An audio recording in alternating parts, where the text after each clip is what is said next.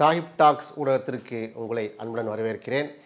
இன்றைய காணொலியில் பிரதமர் முதலமைச்சரையே பதவி நீக்கம் செய்ய முடியுமா? அப்படிப்பட்ட ஒரு சட்டத்தை அமித்ஷா இன்றைக்கு மழைக்கால கூட்டத்தொடருடைய இறுதி நாளில் அமுல்படுத்தினாரா, மசோதாவை தாக்கல் செய்தாரா? அது என்ன பேக்ரவுண்ட், என்ன மேட்ரு? 30 நாட்கள் ஒரு முதலமைச்சரோ ஒரு பிரதமரோ குற்றம் சாட்டப்பட்டு சிறையில் இருந்தாலே இனி அவர் பிரதமராக இருக்க முடியாது, இனி அவர் முதலமைச்சராக இருக்க முடியாது. இப்படிப்பட்ட ஒரு சட்டத்தை அமுல்படுத்துவதின் அந்த மசோதாவை தாக்கல் செய்வதை என்ன நிர்பந்தம் வந்துவிட்டது? இத்தகைய மசோதாக்களை யார் கேட்டா? ஒன்றிய பாஜக அரசு ஏன் இதை அவசரமாக எந்த விதமான விவாதம் இல்லாமல் நிறைவேற்ற துணிந்தது ஏன் என்ற கேள்விக்கெல்லாம் விடை அதோடு கூடி தமிழ்நாட்டுக்காரங்களா அல்லது தெலுங்கரா, ஆந்திராக்காரர் ஜனாதிபதியாக துணை ஜனாதிபதியாக போகிறாரா, அல்லது தமிழ்நாட்டைச் சேர்ந்த சிபி ராதாகிருஷ்ணன் அவர் மனு தாக்கல் செய்திருக்கிறாரு பாஜக சார்பாக, அவர் துணை ஜனாதிபதியாக போகிறாரா? இதில் இருக்கக்கூடிய அரசியல் பின்னணி என்ன அரசியல் சதுரங்கம் செய்திருக்கிறார்கள்? தமிழர் என்ற அடிப்படையில் சிபி ராதாகிருஷ்ணன் அவர்களுக்கு திமுக உள்ளிட்ட இந்தியா கூட்டணி கட்சிகள் ஆதரவு தெரிவிக்க இருக்கிறதா? அல்லது பார்த்தீங்கன்னா இவருடைய சுதர்சன் ரெட்டி முன்னாள் நீதியரசர், மிகச்சிறந்த சமூக சேவகர், அவரை இந்தியா பிளாக் நிறுத்தியிருக்கிறாங்க. ஆனால் அவர் ஆந்திராவை சேர்ந்தவர். அப்போது தமிழ்நாட்டுக்கு எம்பிக்களுடைய 39 எம்பிக்களுடைய ஆதரவு, 40 எம்பிக்களுடைய ஆதரவு தமிழராக இருக்கக்கூடிய பாஜக வேட்பாளருக்கு சிபி ராதாகிருஷ்ணன் அவர்களுக்கு வருமா, அல்லது ஆந்திராவை சேர்ந்த சுதர்சன் ரெட்டியை ஆதரிக்க வேண்டுமா என்கிற கேள்விகள் எல்லாம் முத்தாய்ப்பாக இந்த காணொலியிலே பார்க்க இருக்கிறோம். இது போன்ற காணொலிகள் உங்களுக்கு வர வேண்டும் என்று சொன்னால் சாஹிப் டாக்ஸ் ஊடகத்தை சப்ஸ்கிரைப் பண்ணுங்கள், உங்கள் நண்பருக்கு அறிமுகப்படுத்துங்க. நேரடியாக காணொலிக்கு சொல்லுவோம். 30 நாட்கள் சிறையில் இருந்தாலே அவுட். நீங்கள் எவ்வளோ பெரிய பதவியில் இருந்தாலும் இல்லை. இன்றைக்கி நாளிதழ் ஃபுல்லாக பார்த்தீங்கன்னா இதுதான், நேற்று ஃபுல்லாக இதுதான் பேசுபொருள். கடந்த மாதம் 21ஆம் தேதி நாடாளுமன்றத்தில் இந்த வருஷத்தினுடைய மழைக்கால கூட்டத்தொடர் தொடங்கியது. இன்று 21ஆம் தேதியோடு அந்த கூட்டத்தொடர் நிறைவுக்கு வருகிறது. நேற்று 20ஆம் தேதி என்ன செய்கிறாருன்னா, அமித்ஷா 3 மசோதாக்களை நிறைவேற்றினார். யூனியன் பிரதேசங்களுக்கான திருத்த மசோதா 2025 அப்படிங்கிற ஒரு மசோதா, ஜம்மு காஷ்மீர் மறுசீரமைப்பு திருத்த மசோதா, அதுபோல் அரசியலமைப்பு சட்டத்துடைய உறுப்பு 130 திருத்தம் பண்ணுறோம். ஸோ இதெல்லாம் என்ன சொல்லுது அப்படின்னா, 3 சட்ட மசோதாக்களையும் மக்களவையில் தாக்கல் செய்ய போக முன்னாடி ஒரு டிஸ்கஷனுக்கு விடுவாங்கள்ல, அந்த டிஸ்கஷன்லேயே நாடாளுமன்ற விவகாரத்துறை அமைச்சர் கிரண் ரிஜிஜு அவங்ககிட்ட கிடுக்கு பிடி கேள்வி கேட்குறாங்க. இது எதுக்காக அந்த மசோதா, யார் நிறைவேற்ற சொன்னா? ஏற்கனவே நாட்டில் குற்றம் இழைத்தால் அதுக்கான சட்டங்கள் இருக்குது, அதை விட இது என்ன பெருசாக சிறப்பாக வந்துவிட்டது? இது பார்த்தீங்கன்னா முழுக்க எதிர்கட்சிகளை முடக்கக்கூடியது. குறிப்பாக பாஜக அல்லாத பாஜக மாநிலங்களில் முதலமைச்சர் இல்லாத, பாஜக ஆளாத மாநில முதலமைச்சர்களுக்கு எதிரான குறிவைத்து ஒரு தாக்குதல் நடத்துறதாங்கிற கேள்வியெல்லாம் வைத்தாங்க. இப்போ உதாரணமாக ஒரு மணி லாண்ட்ரிங் ஆக்ட்னு வைங்க, சட்டவிரோதமாக பண பரிவர்த்தனை பண்ணியிருக்காரு, ஒரு அமைச்சராக இருக்கிறார் அல்லது ஒரு பெரிய பதவியில் இருக்கிறார், அரசியல்வாதியாக இருக்கார், அவருக்கு தண்டிக்கிறதுக்கு இடி ஐடி ரைடு போவாங்க. பிஎம்எல்ஏ ஆக்ட் இருக்குது, prevention of money laundering act, PMLA act சம்மந்தமாக அது நிறைய வழக்குகள் இருக்கிறது, அதனுடைய நீதி விசாரணைகள் இருக்குது, தண்டனை கூட வழங்க முடியும். அல்லது ஒரு அரசியல்வாதி, ஒரு முதலமைச்சர், ஒரு அமைச்சர் அல்லது பிரதமர் மந்திரி, அது ஒரு எம்பி என்ன பண்ணுறாரு, தன்னுடைய அதிகாரத்தை பயன்படுத்தி சட்டவிரோதமாக என்ன செய்கிறாரு, ஊழல் பண்ணுறாரு, மக்களுடைய பணத்தை கொள்ளடிக்கிறார். இது கையங்களுமாக பிடிபடும் போது அவருடைய துறை சார்ந்து நடவடிக்கை எடுக்க முடியும், அவர் அமைச்சராகவே தொடர முடியாது, அவர் ஜெயிலுக்கு கூட போவார். இப்போ எத்தனையோ அமைச்சர்கள் மீது வழக்குகள் இருக்கா இல்லையா?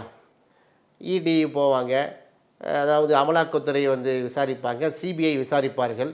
அப்போ சட்டம் ஆல்ரெடி இருக்கத்தான் செய்கிறது. இல்லை ஒரு கொலையே பண்ணிட்டான்னு வைங்க, யாரும் அமைச்சர் வேறு அறுவடை எடுத்து வெட்ட போகிறது இல்லை, இப்படிப்பட்ட தண்டனைக்குள்ளேயே மிக முக்கியமான பெரிய குற்றம் செய்யக்கூடிய அமைச்சர்களாக இருந்தாலும், அரசு அதிகாரிகளாக இருந்தாலும், அரசியல்வாதிகளாக இருந்தாலும் அவரை தண்டிப்பதற்கு நாட்டில் சிஆர்பிசி ஐபிசி செக்ஷன்ஸில் இருக்குது. அவ ஏற்கனவே வந்து தண்டனை முறைகளும் அந்த சட்டமும் இருக்கும் நிலையில் புதுசாக இவங்க வந்து மசோதா பண்ணுறோம், அரசியல் சட்டத்தினுடைய உரிமை வந்து நாங்கள் என்ன பண்ணுறோம் திருத்துறோம்னு சொல்லி வரும்போது நேற்று காலையில் தாக்கல் செய்ய வருகிறார். எதிர்கேள்வி கேட்டாங்க. முதல்ல இதை மசோதாவை தாக்கல் செய்வதற்கு உள்துறை அமைச்சர் திரு அமித்ஷா அவர்களுக்கு அருகதையோ உரிமையோ இருக்கா? முதல்ல ஏன் ஷெராபுதீன் என்கவுண்டர் வழக்கில் 2006 வாக்கில் பார்த்தீங்கன்னா மிகப்பெரிய ஒரு அமளி துமளியான வழக்கு அது.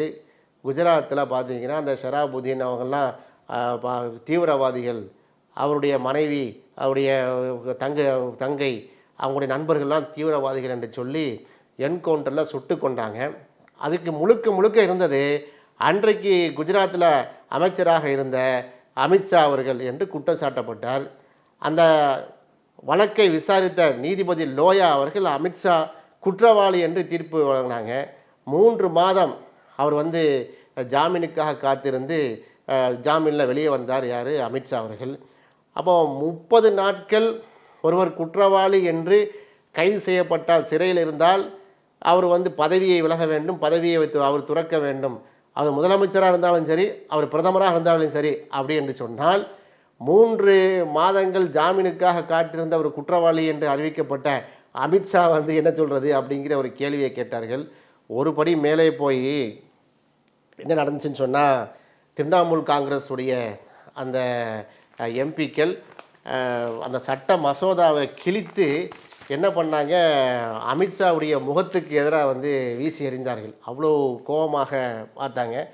மக்கள் வந்து முடிவு சொல்லட்டும். அமைச்சராக இருந்தபோது வந்து குற்றவாளி என்று முன்மொழியப்பட்டவர் வந்து யார்? அமித்ஷா. அவர் வந்து சிறை சென்றவர், அவருக்கு வந்து 3 மாதங்கள் சிறை தண்டனை விதிக்கப்பட்டவர், அவர் ஜாமீனில் வெளியே வந்தவர் அப்படிங்கிற ஒரு விஷயத்தை சொன்னார்கள். இது சர்வாதிகாரத்தினுடைய அடையாளமாக நாங்கள் வந்து பார்க்குறோம் அப்படின்னு இந்திய கம்யூனிஸ்ட் கட்சி வந்து தெளிவாக பண்ணாங்க. அதாவது பேபி தன்னுடைய எக்ஸ் பக்கத்திலேயே வந்து என்ன செஞ்சுருக்காரு, இந்திய கம்யூனிஸ்ட் கட்சியுடைய எம்பி விசிகாவுடைய தலைவர் திருமாவளவன் அவர் வந்து இன்றைக்கு இதற்கு எதிராக மிகப்பெரிய ஒரு அறிக்கை விட்டிருக்காரு. குறிப்பாக இந்தியா கூட்டணி கட்சிகள் வீதிக்கு இது வர வேண்டும், இது முழுக்க சர்வாதிகாரம் அப்படிங்கிற மாதிரியான விஷயத்தை சொல்லியிருக்காங்க. குற்ற வழக்கில் கைதாகி 30 நாட்கள் சிறையில் இருந்தாலே பிரதமர், முதல்வர் உள்ளிட்டோரை பதவி பறிப்பதற்கான சட்ட திருத்த மசோதா வந்து எந்த அடிப்படையில் வந்து நீங்கள் நிறைவேற்றுறீங்க என்று கடுமையான எந்த சட்ட வடிவம் அதுக்கு இருக்கிறது, சருத்துக்கள் என்ன, யார் இதை கேட்டால் என்ன மாதிரியான ஏற்கனவே இருக்கக்கூடிய சட்டத்தை விட இது என்ன சிறப்பாக இது வர இருக்கிறது? ஏன் இதை கேட்குறாங்கன்னா, இப்போ செந்தில் பாலாஜி வழக்கு எடுத்துக்கிறேங்க. தமிழ்நாடு அமைச்சர், அவருக்கு ஜாமீன் கிடைச்சிச்சா? ஜாமீன் கிடைக்கல. எத்தனை வருஷம் வந்து அவர் இருந்தார்? 1 வருஷம் வந்து காத்திருந்தார் ஜாமீனுக்காக வேண்டி. இப்போ இந்த சட்டத்தை அமல்படுத்தப்பட்டால் இந்த செந்தில் பாலாஜி என்ன செய்ய முடியாது, அமைச்சராக முடியாது. ஒரு பேச்சுக்காக சொல்கிறேன். ஊழல் செய்த யாரும் தண்டிக்கப்பட வேண்டும், அது மாற்று கருத்து அல்ல. இந்த புதிய சட்டத்தில் வந்து ஏதாவது அப்பம் குதிரைகள் இல்லைங்கிற மாதிரி வருது. இந்த சட்டத்தோடு சேர்த்து ஏன் ஜம்மு காஷ்மீரை இணைக்கிறீங்க? யூனியன் பிரதேசமா அது மாநிலமா ஜம்மு காஷ்மீர்?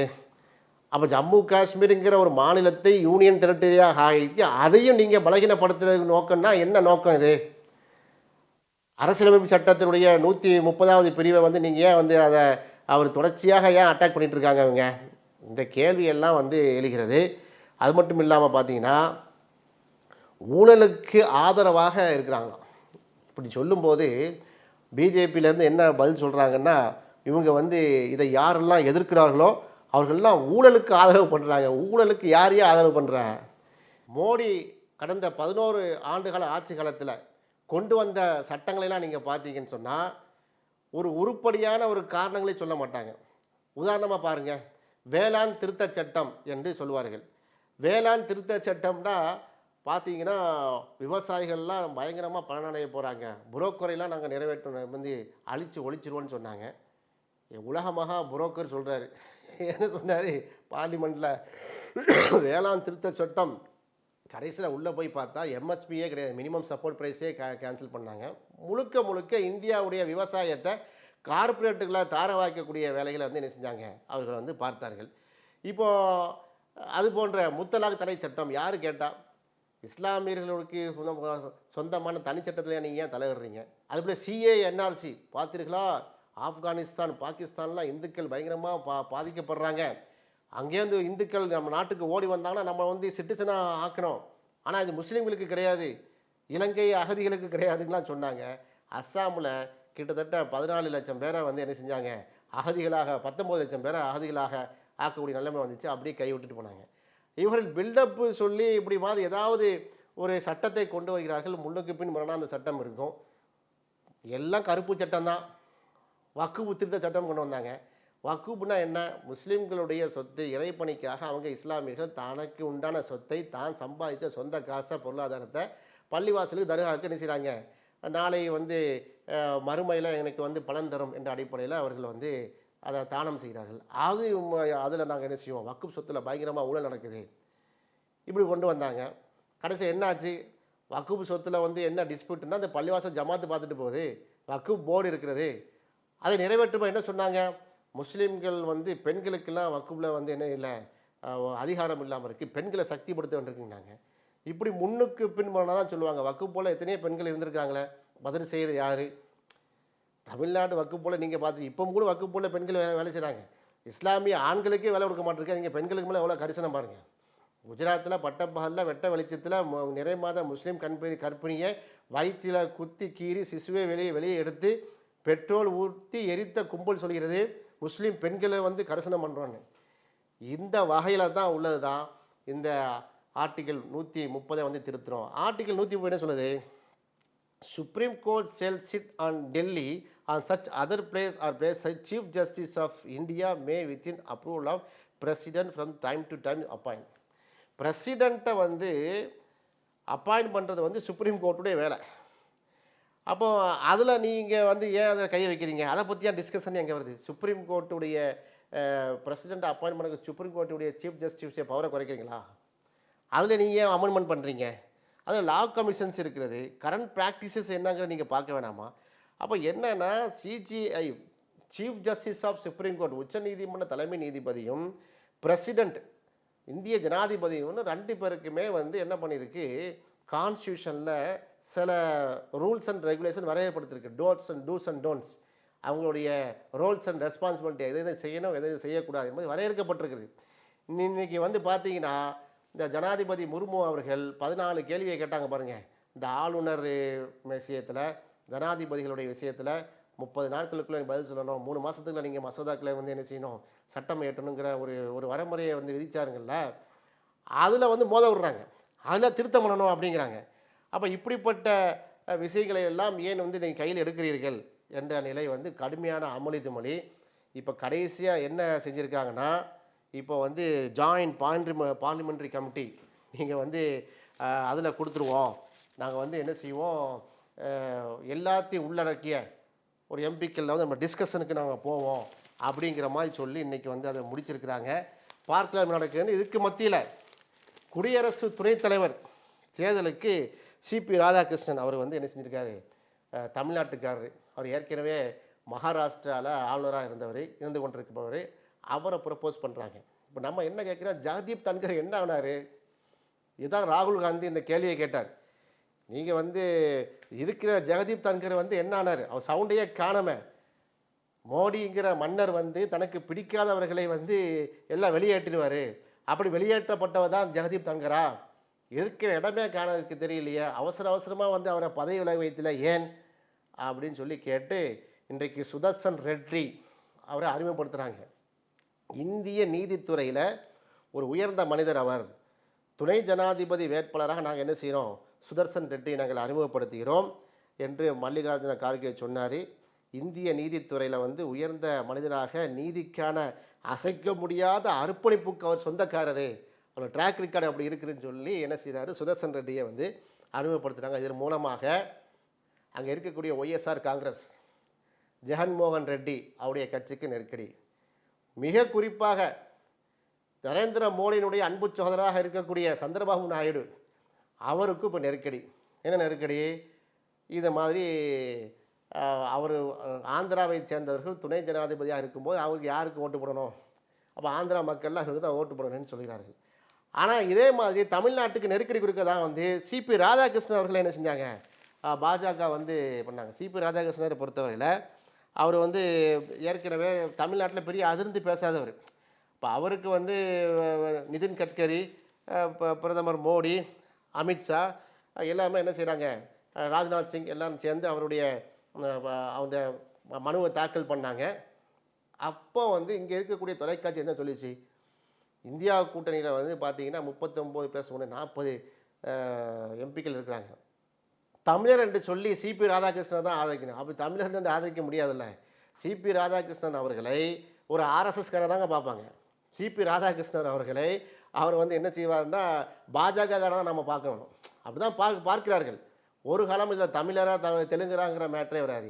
சரியானவரா தவறானவரா, அவர் பாசிசவாதியா பாசிசத்துக்கு எதிரான குரல் கொடுப்பவரா? ஏன்னா சுதர்சன் ரெட்டி வந்து பாசிசத்துக்கு எதிரானவர், ஜனநாயகத்தை வந்து உள்வாங்கியவர், மதச்சார்பின்மை கோட்பாட்டை வந்து முழுமையாக வந்து பின்பற்றுவர். அந்த அடிப்படையில் நாட்டில் ஜனநாயகம் தலைக்க வேண்டும் என்று சொன்னால் அனைவரும் யாருக்கு வாக்களிக்க வேண்டும்? துணை ஜனாதிபதியாக வந்து சுதர்சன் ரெட்டியை தான் வந்து வாக்களிப்பாங்க. நிச்சயமாக சிபி ராதாகிருஷ்ணன் அதிர்ந்து பேசாதவர். அவர் அண்ணாமலை மாதிரி இல்லை, அவர் தமிழிசை சௌந்தரமாக இல்லை, மோடி அமித்ஷாவுடைய கேரக்டர் மாதிரி அவர் சார்ந்த சுரூபின்னா அவர் சுரூபியாக இருந்துட்டு போகிறாரு. ஆனால் இருக்கிற இடம் இங்கே இந்த தவறான இடத்துல இருக்கார்.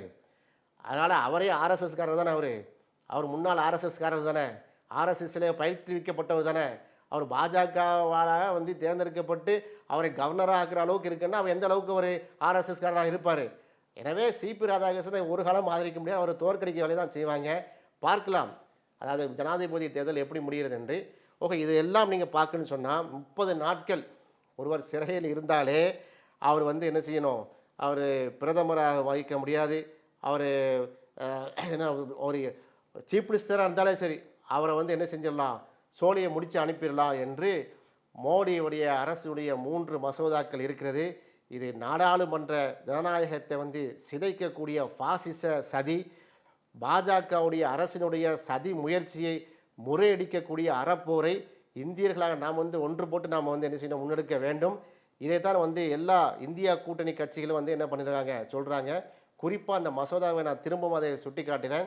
அரசமைப்பு சட்டத்தினுடைய 130வது பிரிவை திருத்தக்கூடிய மசோதா, யூனியன் பிரதேச அரசு மசோதா 2025 மற்றும் ஜம்மு காஷ்மீர் மறுசீரமைப்பு திருத்த மசோதா 2025, இது எல்லாமே பார்த்தீங்கன்னா முழுக்க முழுக்க ஒரு பாசிச சிந்தனை உடையது. நம்முடைய அரசியலமைப்பு சட்டத்தை கேலிக்குறியாக்கக்கூடிய விஷயத்தை தான் வந்து மோடி சர்க்கார் கொண்டு வருகிறது. மழைக்கால கூட்டத்தொடர் சர்ச்சையில் வந்து முடிஞ்சிருக்கிறது. இந்த மழைக்கால கூட்டத்தொடரை வந்து பாஜக அரசியல் செய்திருக்கிறது. நாட்டு மக்களுக்கு உருப்படியான எந்த சட்ட வரைவையும் எந்த உருப்படியான டிஸ்கஷனையும் பண்ணாமல், எந்த விதமான திட்டங்களையும் முன்னெடுக்காமல், எதிர்கட்சிகளோடு சண்டை போடக்கூடிய விஷயத்தில் கான்ஸ்டியூஷன் ஆஃப் இந்தியாவை தகர்க்கக்கூடிய விஷயத்தை தான் செய்திருக்கிறது. பார்ப்போம் அடுத்தடுத்த கட்டங்களில் என்ன நடக்குது என்று. இது போன்ற காணொலி உங்களுக்கு வர வேண்டும் என்று சொன்னால் நம்முடைய சேனலை சப்ஸ்கிரைப் பண்ணுங்கள், உங்கள் நண்பர்களுக்கும் அறிமுகப்படுத்துங்க. இணைந்திருப்போம். நன்றி.